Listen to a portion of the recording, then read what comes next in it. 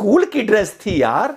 School की dress कोई अदनंगन तो होगी नहीं, स्कूल की ड्रेस कोई अश्लील तो होगी नहीं। या तो ये तुम कहो कि ये स्कूल की ड्रेस ही अश्लील है, गैर इस्लामी है, इस मारे हम बुरखे में या हिजाब में आना चाहते हैं, या तो ये कहो तो बात ठीक है, समझ में आती है। अरे स्कूल की जो ड्रेस होगी वो भी तो इस्लामी की ड्रेस होगी यार, शलवार कमीज दुपट्टा ही है ना यार। तो क्या अब हम इतने बड़े मुसलमान हो गए कि शलवार कमीज दुपट्टे को भी हमें चैलेंज करना है, उसके ऊपर भी फिर हमें बुर्का पहनना है? हेलो दोस्तों, स्वागत है आप सभी का आपके अपने यूट्यूब चैनल पलटवार पर। दोस्तों, पिछले कुछ दिनों से हिजाब की बहस भारत में तुल पकड़ रही है। ये मामला कर्नाटक से शुरू हुआ और धीरे धीरे पूरे भारतवर्ष में फैल रहा है। मामला है स्कूल में हिजाब पहनने का। क्या आप लोग इस बात से सहमत हैं कि हिजाब स्कूल की यूनिफॉर्म में अलाउ होना चाहिए? इस बात पर हम राय जानेंगे भारतीय मुसलमान स्कॉलर की, जो कि बहुत फेमस है, रिजवान साहब उनका नाम है। तो आइए देखिए इस गंभीर वीडियो को।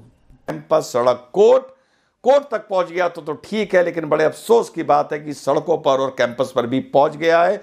और स्टूडेंट्स के अलावा भी अब हर तरफ से नए नए लोग जो उस कॉलेज के या स्कूल के स्टूडेंट भी नहीं हैं इसमें जुड़ रहे हैं, और एक फुल ऑन राजनीति, इसकी राजनीति कर्नाटक से उठकर अब यूपी तक आ गई है।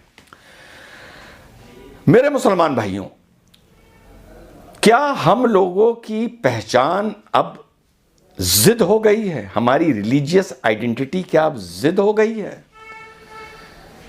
इजराइल की रिलीजियस आइडेंटिटी है scientific contribution in the world. इस तरह सिख्स की भी एक आइडेंटिटी है कि यार मेहनत बहुत करते हैं, मेहनत बहुत करते हैं। हर एक की, एक वर्ग की, स्पेशली जिस भी कंट्री में आप माइनॉरिटी में होते हैं, उसकी एक आइडेंटिटी होती है। हमारी क्या आइडेंटिटी आज की तारीख में ना साइंटिफिक कंट्रीब्यूशन है, ना रिसर्च है, ना डेवलपमेंट है? क्या हमारी आइडेंटिटी सिर्फ जिद बन के रह गई है? अगर कश्मीर में लोगों ने सही बिहेव किया होता, अपने मौलिक जो उनके साथ रहने वाले हिंदू भाई थे उनके साथ मोहब्बत से रहे होते, मोहब्बत से, तो एक बात बताऊं, ये लोगों को लगेगा कि मैं ये टेक्निकली गलत बात बोल रहा हूं, तो शायद आज की तारीख में 370 हटाने के लिए कोई सोचता भी ना, किसी का दिमाग भी नहीं जाता उस तरफ कि क्या इस राज्य में कोई 370 जैसी चीज लगी हुई है। अगर यहां से टूरिस्ट जा रहे होते, उनका वहां वेलकम हो रहा होता, वो खुद देखते कि यहां पर हिंदू कितने आराम से है, प्रॉस्पर कर रहा है, प्रोग्रेस कर रहा है, महिलाएं सेफ हैं, हिंदू सेफ है, पंडित सेफ है, मंदिर सेफ हैं, एंड एवरीथिंग इज हैप्पी, तो क्या ये नौबत आती? ये एक बड़ा इंपॉर्टेंट सवाल है। मैं उस आर्गुमेंट में नहीं जा रहा कि वो भारत का एकीकरण है या वो हटना जरूरी था, मैं अभी उसमें जा ही नहीं रहा हूं। ठीक, हमने अपनी जिद से हमेशा खोया है। 20 साल पहले राम मंदिर के लिए मैं बोलता था, राम मंदिर में कहीं अगल बगल ही इज्जत से मस्जिद बनती और देश का जो भी प्रधानमंत्री होता वो एक ही दिन में रामलला का भी उद्घाटन करता, पत्थर रखता और उधर मस्जिद का भी रखता। कहां बनी मस्जिद? किस कोने में फेंकी गई है मालूम है? 25 किलोमीटर दूर। कोई पूछ भी रहा है कि वो मस्जिद बन कहां रही है और उसका उद्घाटन हुआ कब? जिद। आज से बार बार चीजें मैं दिखा नहीं सकता क्योंकि नए सब्सक्राइबर जुड़ते जाते हैं। आज से 16-17 साल पहले मैंने बोला था, मुसलमानों गौ हत्या से, गौ मांस से तौबा करो, ये आगे जाके एक समस्या बनेगी। लोग सोचते थे ये बोल क्यों रहा है रिजवान? कहां जाके गौ हत्या का किस्सा रुका है? कितनी लिंचिंग के बाद? ये एक पूछने वाली बात है। अगर गौ हत्या को लेके हिंदू इतना उग्र ना होता तो क्या गौ हत्या रुकती? यह भी एक सोचने वाली बात है। ट्रिपल तलाक में मैं समझा के थक गया कि तलाक की बिद्दत इस्लामिक नहीं है, यह शरीयत के खिलाफ है। कब माने? जब नाक कटी तब माने। और अब 10 मुसलमान भी हमसे बतौर वकील या हमारे चेंबर में फोन करके जब पूछता है तो वो तलाक के बिद्दत का नाम नहीं लेता। इससे भला किसका हुआ? मुसलमान औरतों का हुआ। चाहे कोई मैटर हो, चाहे कश्मीर का मैटर हो, चाहे ट्रिपल तलाक का हो, चाहे राम मंदिर का हो, हम लोगों को जिद करके अपनी फजियत करवाने का शौक हो गया है मेरे भाई। आप लोगों को हिजाब की थोड़ा सा बैकग्राउंड और मालूम है? आपको पता है कि उडुपी में जब हिजाब का विवाद शुरू हुआ था तो हिजाब स्कूल में मना नहीं था ना, यह गलत बताया जा रहा है। हिजाब सिर्फ क्लास में मना किया गया था, और वो भी वहां जो सिर्फ गर्ल्स स्कूल है। 80 मुस्लिम लड़कियां थी, उसमें सब मान गई, बहुत सी तो पहनी के नहीं आती थी। सिर्फ 6 लड़कियों ने यह बवाल शुरू किया कि हम क्लास में भी हिजाब नहीं उतारेंगे। स्कूल के अंदर हिजाब अलाउड था, ये शायद आप लोगों को नहीं मालूम। वो टेक्निकलिटी, हिजाब फर्ज है, वाजिब है, वो पहले मैंने वीडियो बनाया था, वो छोड़ो। मुसलमान गाली देके चला गया, कोई फर्क नहीं पड़ता। तो हमें अपनी फजियत कराने में जिद के चलते मजा आता है। हाई कोर्ट ने आज शायद अब यही ऑर्डर आ रहा है, जो अभी हमें गूगल करके देख रहा था कि matter has been referred, shall be referred to the larger bench for the application of mind and wisdom. मान लो मुसलमानों ये ऑर्डर ये आ गया कि आप हिजाब पहन सकते हैं, वेरी गुड। जो लड़कियां पहन रही हैं पहन ले, मुझे कोई प्रॉब्लम नहीं है भाई, मुझे कोई प्रॉब्लम नहीं है हिजाब से, यकीन करो कोई प्रॉब्लम नहीं है। पर देश में हर चीज का एक दायरा है, एक सिस्टम है, एक दायरा है, एक सिस्टम है। तुमको पंडित बनना है, पंडा बनना है, इसका भी सिस्टम है। तुम्हें मौलवी बनना है, इसका भी सिस्टम है। हर तरह की पढ़ाई का, एजुकेशन का, आगे बढ़ने का एक सिस्टम है। हमें संविधान, और वो सिस्टम संविधान से ही बने हैं, अपनी मर्जी से नहीं बन गए हैं।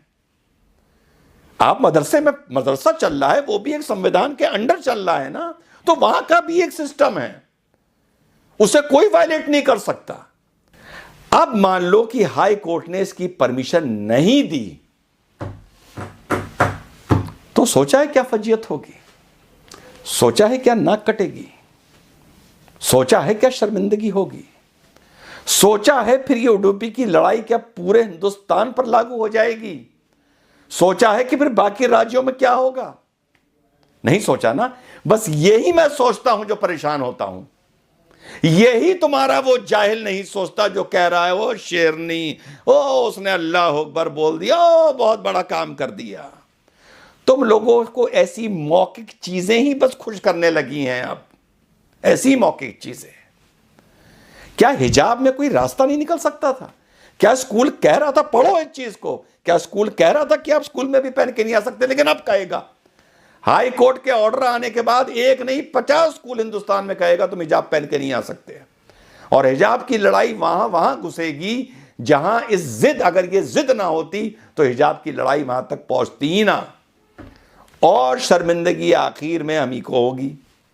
आज हाई कोर्ट से ऑर्डर आ जाएगा, किसी और स्टेट में कानून आ जाएगा, हो सकता है वहां का हाई कोर्ट कह दे कि आप हिजाब नहीं पहन सकते। कुल मिला के इसमें फजियत आप ही की होनी है। अरे स्कूल की ड्रेस थी यार, स्कूल की ड्रेस कोई अदनंगन तो होगी नहीं, स्कूल की ड्रेस कोई अश्लील तो होगी नहीं। या तो ये तुम कहो कि ये स्कूल की ड्रेस ही अश्लील है, गैर इस्लामी है, इस मारे हम बुरखे में या हिजाब में आना चाहते हैं, या तो ये कहो तो बात ठीक है, समझ में आती है। अरे स्कूल की जो ड्रेस होगी वो भी तो इस्लामिक की ड्रेस होगी यार, शलवार कमीज दुपट्टे ही है ना यार। तो क्या अब हम इतने बड़े मुसलमान हो गए कि शलवार कमीज दुपट्टे को भी हमें चैलेंज करना है, उसके ऊपर भी फिर हमें बुर्का पहनना है, उसके ऊपर भी फिर हमें हिजाब पहनना है, और जिद करनी है, और एजुकेशन के साथ हमें खिलवाड़ करनी है? आप लोग खुद सोचिए कि एंड में इस लड़ाई में किसको मौके पे तो फायदा हो गया, वो तो बोलने लगा, वो जाहिल तो बोलने लगा, ओ ये है कोई 5 लाख का इनाम दे रहा है। खुश हो जाओ इन बातों से यार, खुश हो जाओ। मैं तो यार कौम की आगे की सोच के चलता हूं और इसीलिए परेशान होता हूं। और जब जब वक्त ने मेरी गवाही दी है, मेरे ही पक्ष में दी है, और जब जब मैंने मुसलमान को वार्न किया है कि यहां तुम गलती कर रहे हो, तो आखिर में शर्मिंदगी उठानी पड़ी है।